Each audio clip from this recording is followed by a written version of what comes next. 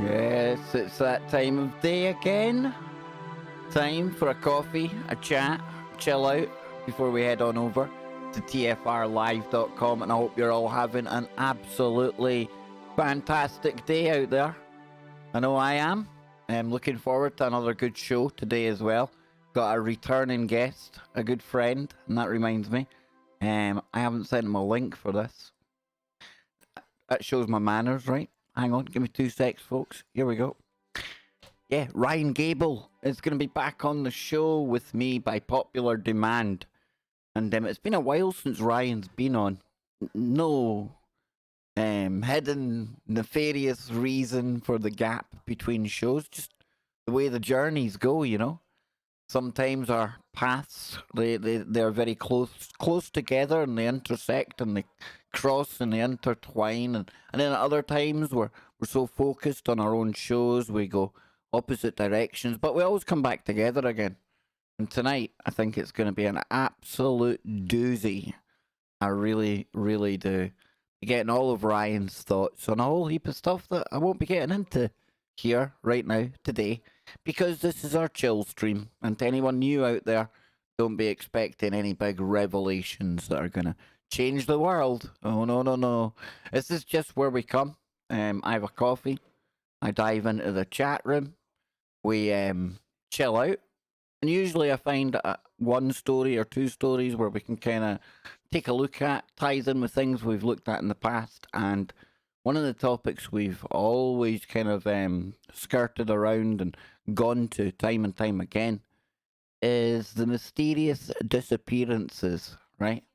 And I think David Paulides, Missing 411, that's like the most, I would say, the top person that's covering that kind of genre of real weirdness. So I found a story about that today that we can get into before we head on over to TFR Live and we catch up with Ryan. But before we go anywhere, let me come over to the chat room. And don't forget, folks, remember to set your chat to live over top chat. It's right up at the very top there. If you're on your phone, I think it's quite easy. I think it's pretty similar. But always make sure you're on live chat. I'm the worst for it. I always forget. But we're heading on over there. Look at Jason in there. He's saying, "What is Kev broadcasting in? It's like 1980. No HD. Well, that can't be right. Surely just try and turn up the actual quality, Jason."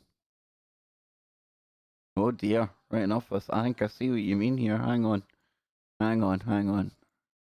Give me 2 seconds, right? It'll stop and it'll start again. Right? Give me 2 secs.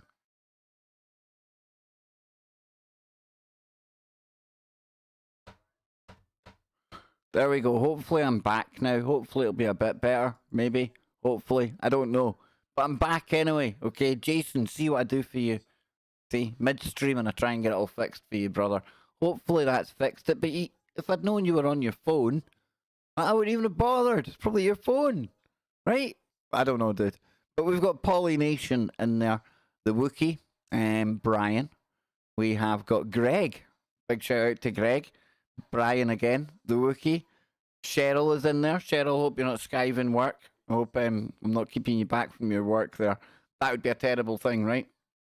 We've got John Nelson. Armand, good to see you. Yes, enjoying doing the new graphics, Armand. It's taking up far too much of my time, though. We've got Stuart Paul Newby in there from Wakefield. Good to see you, man. Nice part of the world down there. We've got the Tree Mistress. Where's the Tree Master? We need the Tree Master in here, right? Would that be Mr. Miyagi with bonsai trees? I'm only saying. Showing my age there now, right? We've got Rorschach Mad. Huddle Radio. Looking forward to the stream. Hey, looking forward to getting to know you. Huddle Radio. We've got Edward in there. It's a great day in paradise, isn't it, Edward? Absolutely fantastic. I don't know. This week's been another sucky week. Must be a full moon or something going on. I do not know. We've got Tori in there. Spooky Andy. How you doing, man? We've got Donny. Yama to Donny. All the way down under. What's going on down there, dude? Australia is going crazy, right? and probably be talking about that with Ryan later on the show today. And first today was our good friend AJ from all the way over, I want to say Texas. I think it's Texas. If not, it's down the south somewhere, if I remember rightly. Right by a swamp, right? I don't mean the swamp, just a swamp. Just a bit of swampland, not the swamp, folks. But swamplands, national forests, mountains, these are the places that you typically get these weird disappearances, right? And the work of David Paulides, he catalogues all of the strangest ones. And we're talking about the type of things where people go missing and it's just bizarre. You know, maybe they'll be in a group of 2 or 3. They'll be walking along a trail. They'll all be pretty much single file. The last one, you know, one minute he's talking to you or she. Don't get accused of misgendering or anything. Men and women go missing in the forest. But yeah, all of a sudden they're just like they disappeared. And then you've got random things like their clothes turning up in places where they shouldn't turn up, or traces of them turning up in places miles separated from where they were last seen. People going missing from camps. Now, I don't think there's any one kind of explanation that's going to tick all of the boxes for all of these types of cases. That'd be ridiculous.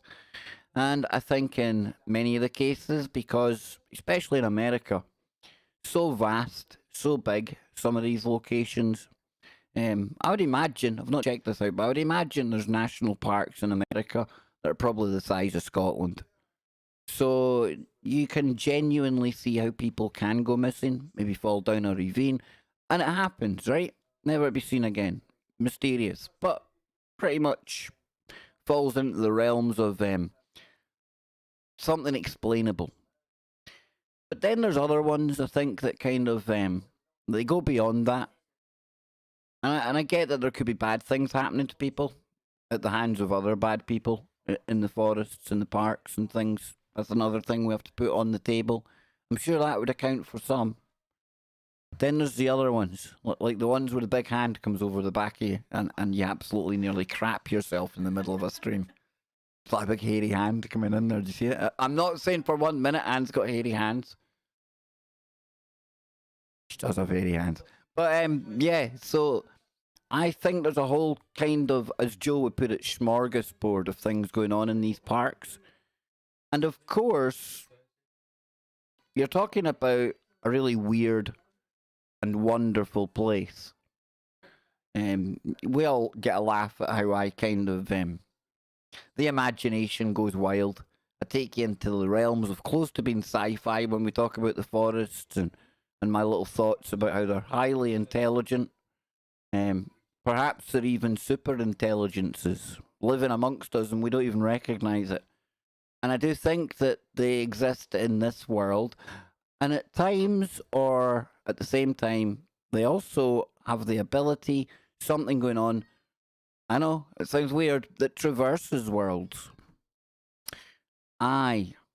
So I think there's some, a very few probably, fall into that category. And that's why, for me, anyway, it's definitely one of the more woo-filled topics, and it definitely gets the imagination going. And I can't think of something better to get into before we head on over and talk to Ryan Gable. Remember, check out Ryan's own show over on Fringe FM. He's also got a website, thesecretteachings.info. We'll take a look at that in just a moment. And we're going to be going to the mysterious universe to get into our mysterious disappearances. So if you've got a coffee, please take this opportunity to have a little drink, have a PPP. I'll get the website up that we need, and we'll be back in just a minute, and we will get into this, ladies and gents. Yes, indeed, we'll get into our missing 411 type shenanigans. Where did they go to?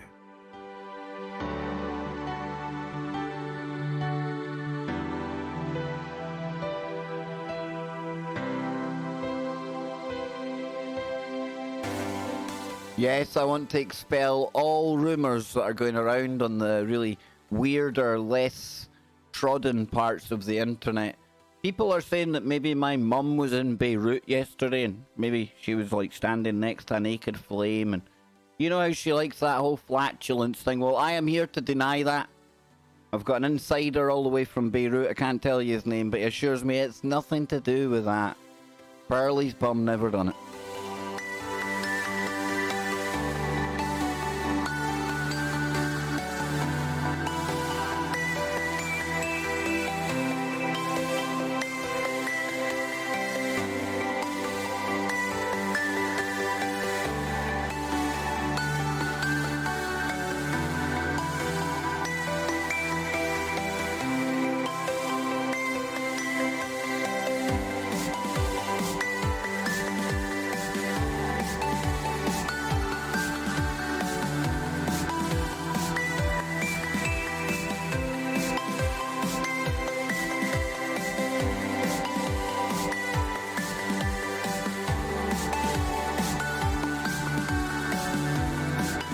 Yeah, that was some craziness, right? That thing over in Beirut yesterday. Wow.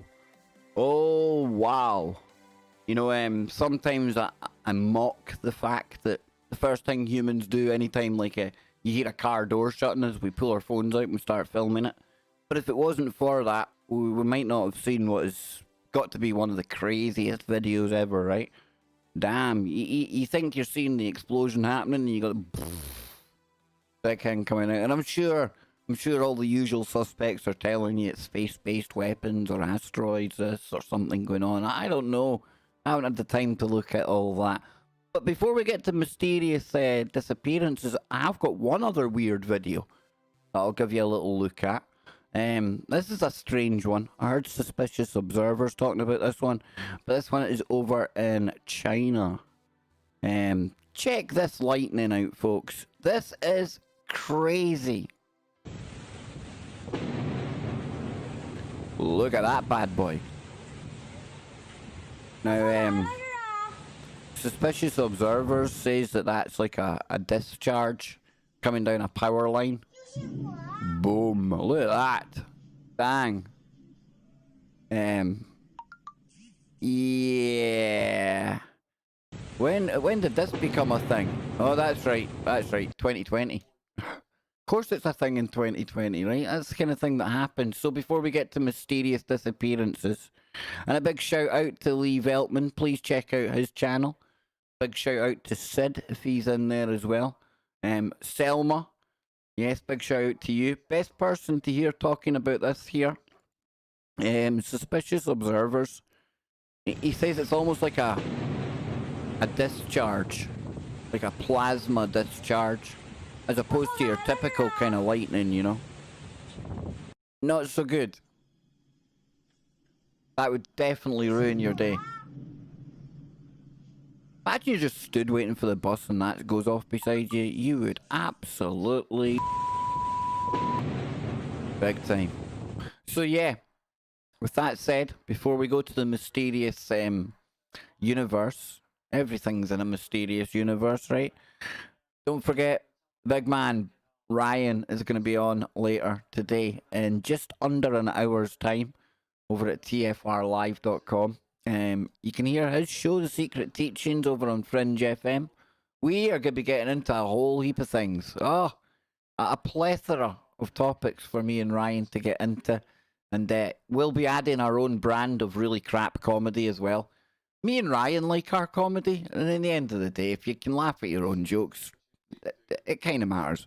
But yeah, let's get into the mysterious universe, shall we? It wouldn't be a good stream if we didn't have one story. Oh, look at this. They're almost matching my colour scheme here. Or did I match theirs? Oh boy, it'll need to change something. So it says here, bizarre patterns and the mysteriously vanished. It was the bizarre patterns that really caught my attention when I seen this headline earlier on today. Because we often talk about that, right? Our brains, when we see information that we can't quite make sense of, whatever it is, be it random clouds in the sky to jumbled up letters and words on a page, our brains, they rush, they absolutely crave to find something familiar because it's more comfortable that way. Now, does that mean these patterns always exist? And that's why we always talk about it. Because it's important that we talk about these things, right? Says mysterious disappearances have been going on since time unremembered. Sometimes people just sort of step off the face of the earth, never to return, and the circumstances can often be very, very weird. One very prominent name that frequently comes up with any strange vanishing in the wilderness is that of David Paulides, or Paulides. Sorry for the mispronunciation, David. I'd love to get you on the show, man. Absolutely love. The chances of David Paulides hearing this, very minimum. But if you do, please come on. A former police detective who has devoted much of his life to investigating mysterious disappearances, most notably those that have occurred in national parks, and has written of them in his Missing 411 series of books. Now, he was first drawn to the subject when he was approached by a national park ranger who believed that something odd was permeating many of the reports of missing people in the wilderness. And when he looked into the matter further and dug deeper, Paulides began to uncover details and statistics that he believes defy conventional, rational explanations. Now, through his research, he has compiled a good amount of data on mysterious vanishings all around the world and has noticed some very unusual, inexplicable common threads and correlations that seem to stretch out throughout a great deal of the cases. Now, many of the common themes claimed to run throughout these vanishings are utterly bizarre and baffling. And here we will look at some of the weirdest of these. Now, remember when we talked about the black-eyed children before? And I think it was Nick Redfern had said he'd made a kind of weird discovery when he was doing his research. And bear in mind, Nick is somebody that speaks to a lot of people who claim to have seen black-eyed kids. And one thing that these people tend to have in common, in his experience, is that they've all dabbled with like Ouija boards and the occult. But they're all kind of into the woo to begin with. So I wonder if that's going to be one of the connections or one of the weirder threads that Paulides has kind of uncovered. And if he has uncovered it, even if it is a fact, does it necessarily mean that it has anything to do with the people going missing? Well, actually, no. But it's still something we need to know about, right? Right? So we come back over here. And listen, folks, I'm not here to kind of take attention away from probably some of the more nefarious things that are going on in the forests. Not in the slightest. But I still think there's those few that definitely bring this into the realms of the woo where I like to play in, right? And I would imagine Lee Veltman in the chat room, he's probably got a different kind of take on some of these stories. That's not to say we're disagreeing. It's just that Lee comes at this probably with a different kind of life story, different experiences, where it might give him a different way of looking at some of this very same information I'm about to look at. And that's another reason why, and I don't want to give you a big head, Lee. You've already got a big enough head as it is, dude. Come on, man. Some people call you Q, after all. I'm only joking. But check out the John and Lee show. And that's the last time I'm going to give him a big head today, okay? I said give him a big head. Stop being rude. Get your minds out the gutter, folks. So it says here. Here we go. One of the most commonly seen details in many of the so-called missing 411 cases is the frequent inability to search or for search and rescue dogs to pick up a scent trail. Now that in itself's pretty weird, right? I mean, these dogs, they are, like, it's crazy cool how these dogs, their smell works and things. I watch too many of these documentaries where you see the sniffer dogs going in, they can smell this, they can smell that. Once you see one of them coming for you and you've maybe got some contraband on you, it's game over, right? So if these things ain't picking up a trace, that's a problem. That's definitely a problem. In some of these cases, could people be trying to disappear? Not everyone has a perfect life, folks. In fact, not many people have a perfect life, if any. And there are people that sometimes they just want to run away.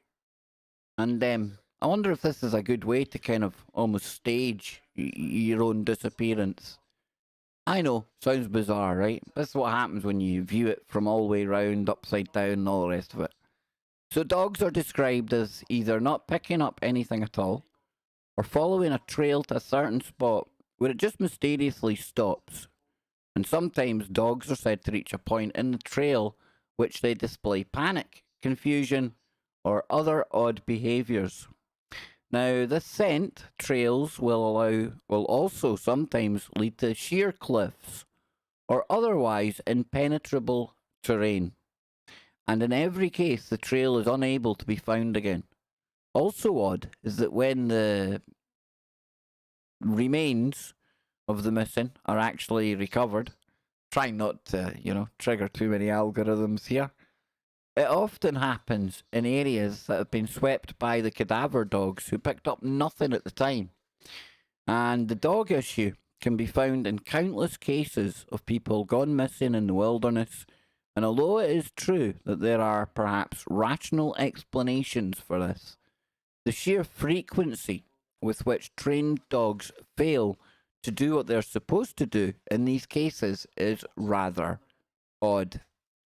So, also very prevalent among missing 411 cases is the presence of clothing that has been removed, usually despite frigid conditions in which it would not make any sense to do so. So, you're talking about proper cold and people discarding clothing. That doesn't make any sense, right? Most commonly found removed are shoes, socks, and pants, but it can be any article of clothing. Now, these clothes are frequently found neatly folded and placed upon the ground or some perch where they can easily be found by searchers. And the mystery here is why someone would stop to take these clothes off in spite of often unfavourable temperatures. Now, actually, why would they take them off out in the woods in any case? Exactly. Unless maybe you're having a bit of brown chicken, brown cow. If you're getting it on. Let's get it on. Hey, people, get off on different things, folks. Who are we to knock it? It's a weird detail that pops up in a surprising number of these disappearances and always tends to generate wonder and bafflement. It's possible that this may not be mysterious as it first seems, as these people have been known to paradoxically feel too hot and remove clothing when experiencing hypothermia. Yet these instances of this are so common in these cases, and the fact that these clothes are so often neatly folded and carefully placed seems a bit strange. What is the meaning of these removed clothes, and who knows? Donnie in the chat room as well. Damn, dude. I was just about to say, the last time Donnie and Luna came on the show, they dropped some really bizarre information, and just towards the end of the show, and it was kind of missing 411 Oz style. And they were talking about, Donnie was talking about going to some, I believe it was sacred land. And it was up a hill. And there was all these pairs of shoes and trainers and just all left there. How they got there, nobody knows. Who left them there? What's that all about? And this whole folding of the clothes, that's either some really, really creepy serial dude. That's like his MO. See, I've watched enough of these forensic documentaries to be a bit of an armchair detective in my day. So I can see the signs. And I think one of these creepers going about folding your clothes up, I think maybe we should start linking these disappearances together, because that could be a really, really creepy forest dwelling weirdo. It really, really could. Arman says, oh wow, I use Revelations and call it holy smoke. You see this? Wow, dude, this is what happens when you kind of jump into the chat room mid-conversation. You don't know what people are on about. So it goes on to say here, getting into stranger territory are common clues that seem to defy any real categorization. For instance, statistically, many of the missing 411 vanishings happening near berries. Now, the victim was either out picking berries or ventured into an area where there were berries.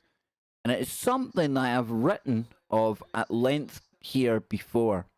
Now, of course, since this is the wilderness and there are indeed wild berries out there, it seems as if it might likely be merely a coincidence, but Pleiades thinks it's prevalent and stubborn enough to cement itself as an important recurring theme.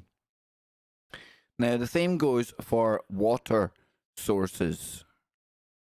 The vanishings tend to happen near a source of water, be that a river, a lake, or a swamp, although whether this is just a coincidence is unknown. Another type of location that seems to draw in an inordinate amount of cases are places where there are large boulders, especially granite. Although, again, what the reason for this connection is or explanation it might have is anyone's guess. We were talking yesterday, I think, on the show. Perhaps it was yesterday, maybe the day before, but even bits of stone, I think, even now today, if we knew how to use it correctly, it's probably like a really advanced machine. A conduit of some kind. I'm even saying that. Portals, ladies and gentlemen, you can't take them off the table either when you're going down to Missing 411 and you've got Kev Baker and the Abnormal Paranormal and Dave Baker covering all this, right? It's how we roll here. There's always going to be a portal thrown in there somewhere. It's what we do. It's like our MO, isn't it? There's always a portal. Everything leads to a portal in the end of the day.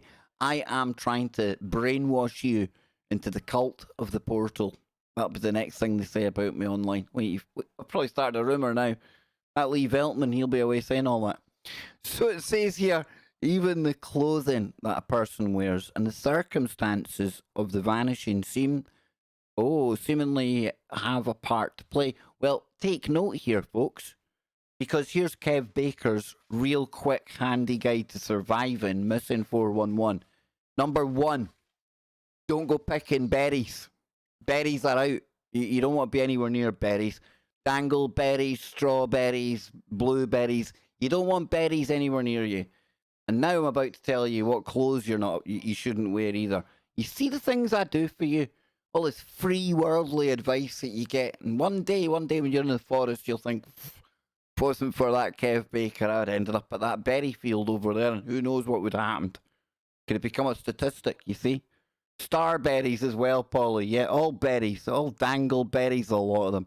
So it says here, the victim usually... Now, if you're in the forest wearing a yellow jacket like that, I'm probably going to be the one running away from you. That's a creepy looking jacket. It's just out of place in the forest. Not good. Not good. Every creepy bad dude or bad woman, I'm an equal opportunities kind of guy, that hangs about in a forest wearing that. It's never going to end well. Never going to end well. Yellow jackets, beware them. Don't wear them. I like that. So the victim usually is with a group of people when they vanish. And the disappearance happens quite suddenly, without anyone hearing or seeing anything suspicious. So they don't even go, because that'd be quite suspicious if you heard them vanishing, right? Just like, you heard the portal opening and closing. I don't know if it sounds like that, I really don't. So the victim is also more often than not wearing bright clothing, which is actually spookily prevalent throughout many of the strange vanishings, in which I have also written on. So don't be going into the forest all kind of flamboyant and hey. You maybe want to leave the Hawaiian number back at home that day. You ought to be going in something drab. Yeah, probably something grey, something a bit kind of, maybe beige if you're a guy. Beige might be a good number. Probably, Lee Veltman's offering people, if you want to take the oath, Lee will take it in the chat room. Veltman, don't trigger me. Don't trigger me on my own stream, man. You can't be doing that, Lee. So it says here, of course, in the wilderness, people are more inclined to wear. Not anymore, they're not. You see, the foolish, only the foolish go into the forest with the flamboyant clothes on. Yeah, the grey man, he comes home every time. Yeah, that wasn't racist. He's grey. He's pretty neutral. Don't try and cancel me. So of course, in the wilderness, people are more inclined to wear bright coloured clothing in order to stick out. Not get unless you're a hunter. If you're a hunter, you're not inclined to go out with like bright orange and green on. Wouldn't be an idea to wear like some kind of rainbow regalia if you're out there looking for a moose or a deer, something like that. Just saying. Even when the remains of the vanished are found, there are often weird details. Now I've got to get kind of serious because not even I'm that cold. I can laugh after reading that. Common among these are the remains being found in inaccessible places or far from where one would have expected the victim to have travelled on their own or otherwise in a place in relation to where they were last seen that, quote, defies common sense. Often no cause of what happened can be determined from the body or the remains. Is there a difference there? I suppose time. Yep, right. And there will often be less scavenger damage than expected and large portions of skeletons missing.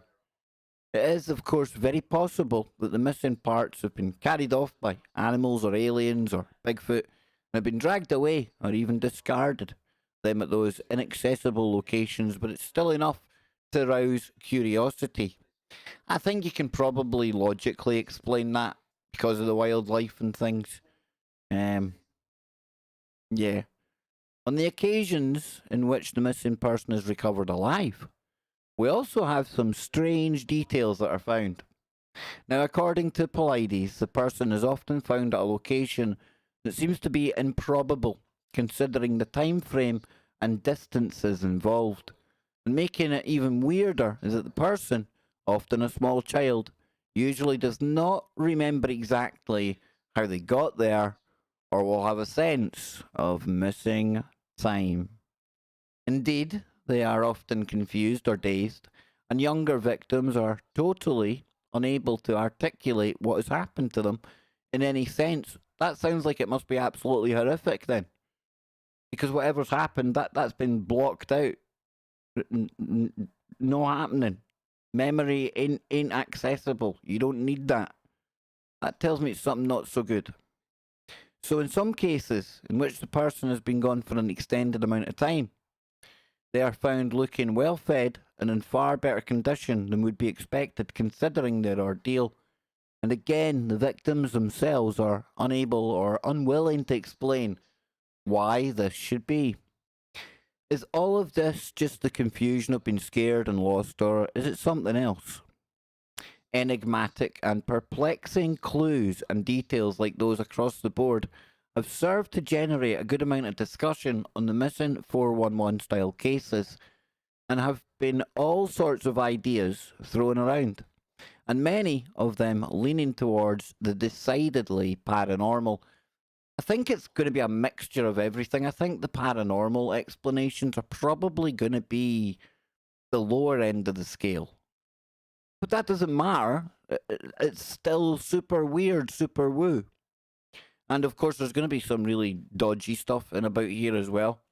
You can read between the lines, folks. We're not living in a perfect world. There's some bad people out there. You get me? You feel me? Yeah, you know what I'm saying. So everything from Bigfoot, yay, to portals or black holes. Yeah, you see, the black hole in the forest, I don't even think I've gone there yet.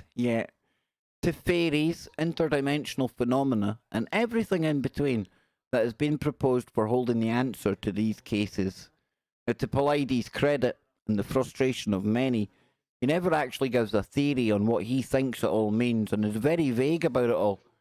Rather simply collecting the data, presenting the weird details, and asking the people think outside the box and go beyond their own comfort zone when looking for answers. Now, this has been seen by some skeptics as a way to fan the flames of rampant speculation, and skeptic Kyle Polish or Polish has written of this. Increasingly, Pilates has consistently avoided providing any explanation for the cause of these supposedly mysterious disappearances.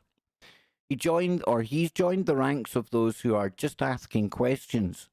And one might assume Pilates, founder of the North American Bigfoot Search and author of the book Tribal Bigfoot, would arrive at a cryptozoological explanation. Well, this hasn't happened yet. It may, as Missing 411 appears to be evolving mythology, and when pressed for a casual explanation, Pilates has remained evasive. Now, he sees his role as an investigator, pointing to a problem, not a cause. Alien abduction, ghost involvement, fairy kidnappers, and transdimensional chupacabra can all be swapped in and out as possible explanations for the apparent mystery. And the topic seems to be constructed with intentional ambiguity, promoting any non-scientific idea to fill in as a possible explanation. Well, I don't think you can blame David Pilates for what people like me will come up with as an explanation. And Kyle, you're a self-admitted skeptic. I'm quite skeptical myself, but kind of you already said in that little kind of monologue there how Pilates, he admits he's an investigator. He doesn't have an answer. And yet at the same time, I don't know. Anyway, we're running out of time here, and this is still going on. We've only got a couple of paragraphs to go, folks, and we'll be in the chat room, and I'll change gears, and we'll get ready for Ryan Gable. So it says there's plenty of critics who think the whole thing has gone too far, and these strange clues and the mythology that have spawned have been over-exaggerated. Now, I have to admit, if you are somebody, and this is why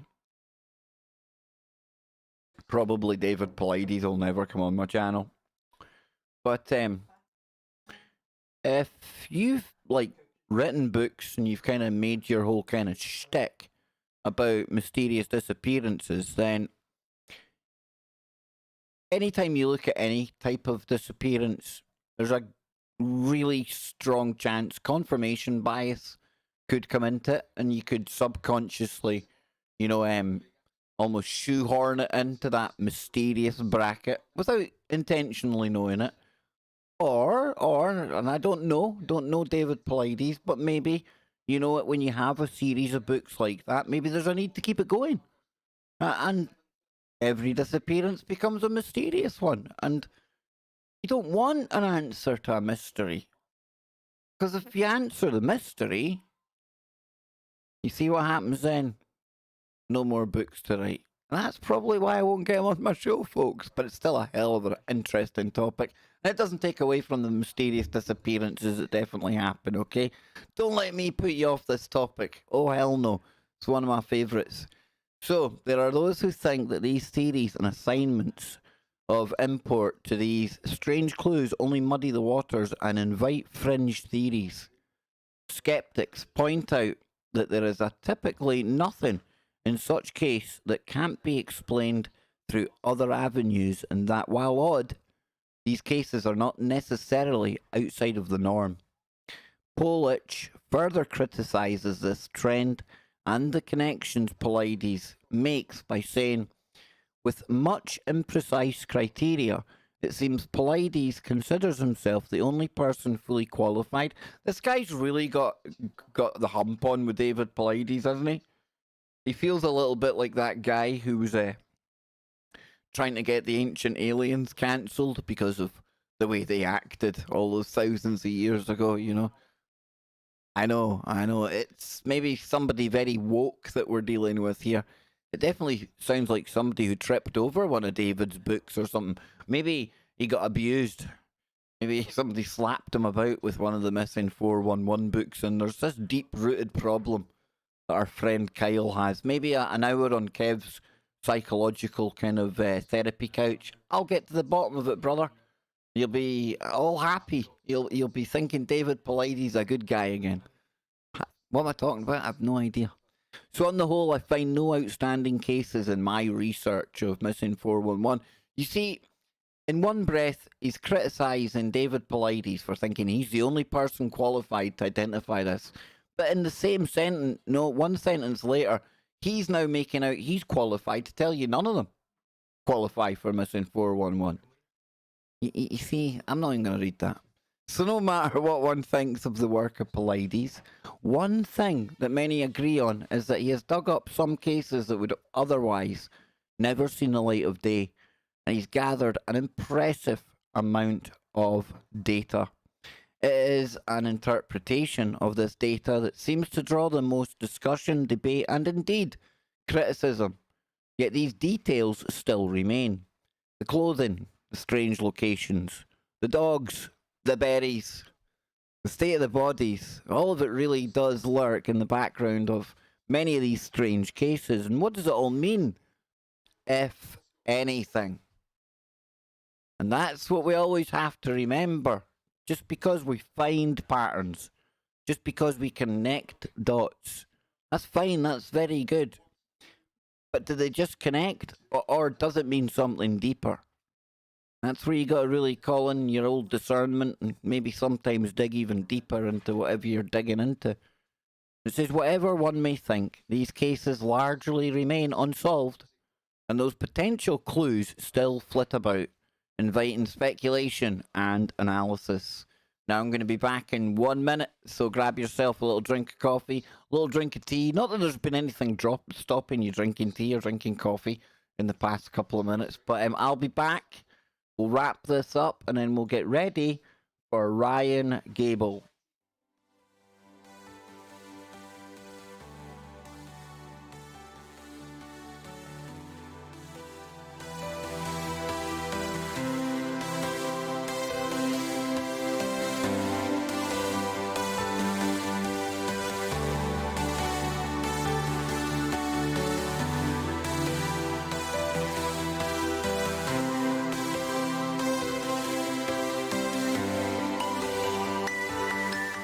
See, that's why I love the Kev Baker show. We're learning from Donnie in the chat room about the didgeridoo. Did Donnie open up a portal with a didgeridoo? And some people might instantly react to that and go, not even possible. What are you talking about, Kev Baker? Don't react. Think about it. Go and look at sound, vibration. Go and listen to that didgeridoo. And I ask you, open a portal? Oh, probably.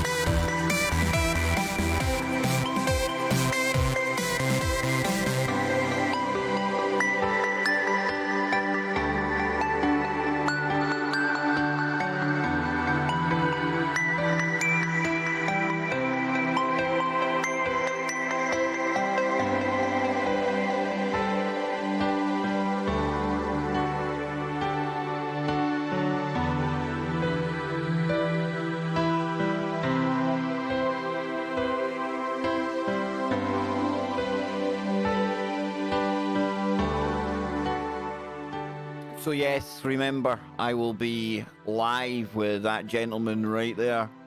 Yes, that handsome young man in a entirely heterosexual way. Come on, folks, I'm the most toxic dude you know. Yes, we'll be live real soon. I would say, 25 minutes from now. Nostradamus type prediction for you. Yes, 10 o'clock in the UK, 5 o'clock on the East Coast, 2 o'clock on the West Coast. Donnie's down under. He can tell you what time it is down under. But yes, we'll be over there real soon. Me and Ryan are going to be talking about a whole heap of stuff. The 2020 Masquerade. Yes, that's what I've called today's show. It's going to be an absolute doozy. How do I know that? Well, I know that because Ryan's coming on. Yes, indeedy. There you go. There's a quick look at it. There you go. Probably triggered algorithms already. So I'm going to come into the chat room. I'm going to see what people are saying. If that Lee Veltman is trying to recruit people into taking an oath. Oh, what is that all about? Only in 2020, right? People going around the internet taking oaths. Everyone around the world taking a knee. Place has gone mad. But let's see what the chat room are saying. There's a lot of didgeridoo-doos and didgeridoo-don'ts going on in there, isn't there, Jason? Yes. Alien Girl is giggling. Lee Veltman's got a crying, laughing emoji. I win. I win today. That's what it's all about on here, right? We come in with a laugh, with a joke. I try and keep you away from all the a-holes that are on here, trying to larp the death out of you. trying to offer you false goods, folks, false goods. I'm going to tell you they're going to save the world and all the rest of it. No. Me, you get what it says in the tin. A chill stream, a semi-intelligent Glaswegian, and hopefully some good banter along the way, now and again, right? I have my moments.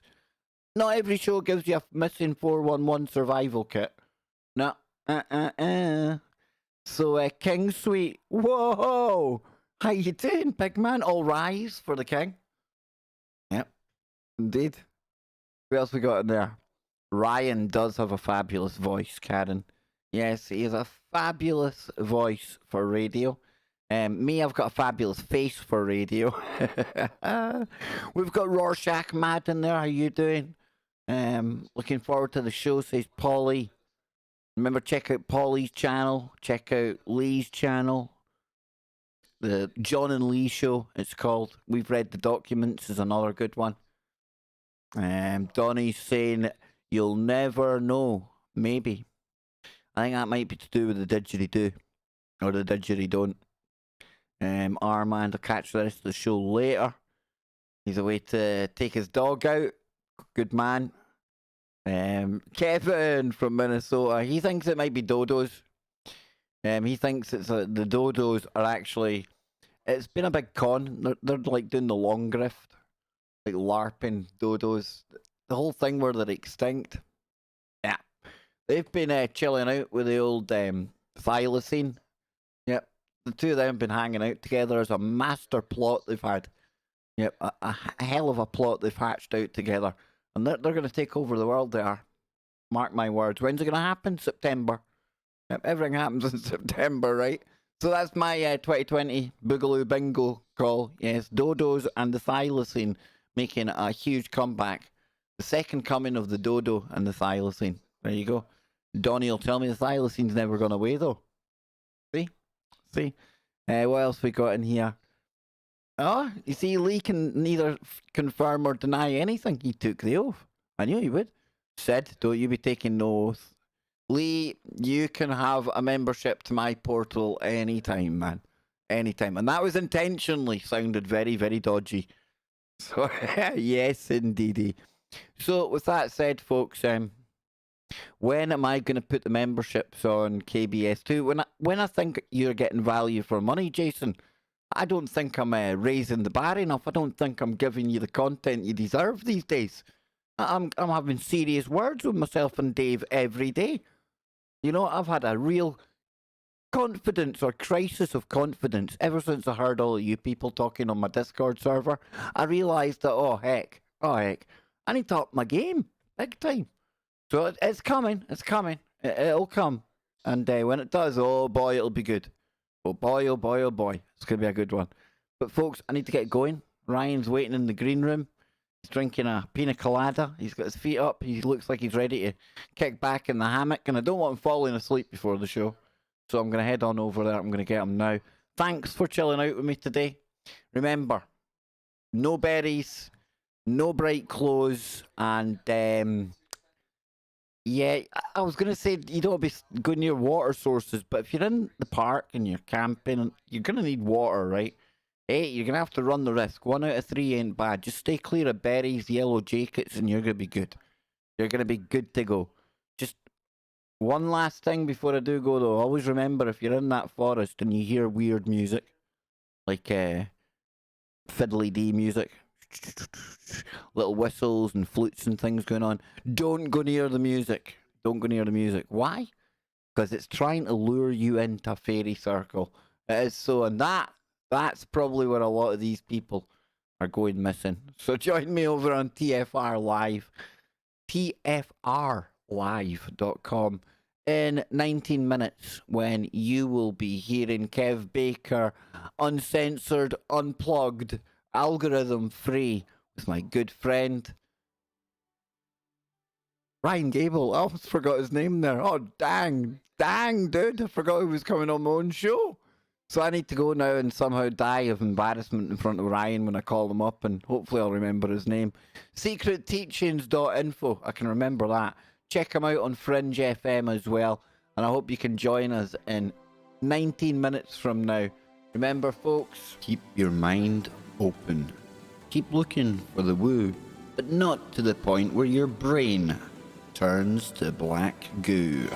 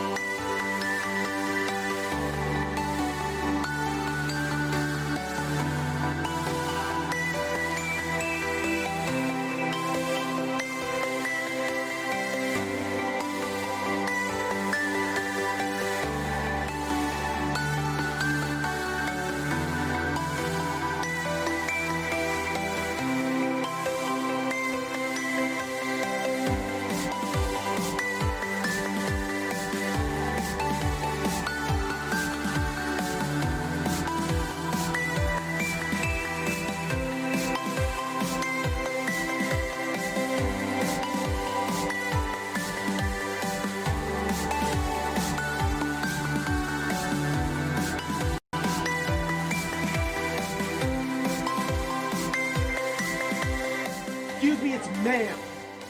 How dare you? Excuse me, it's ma'am.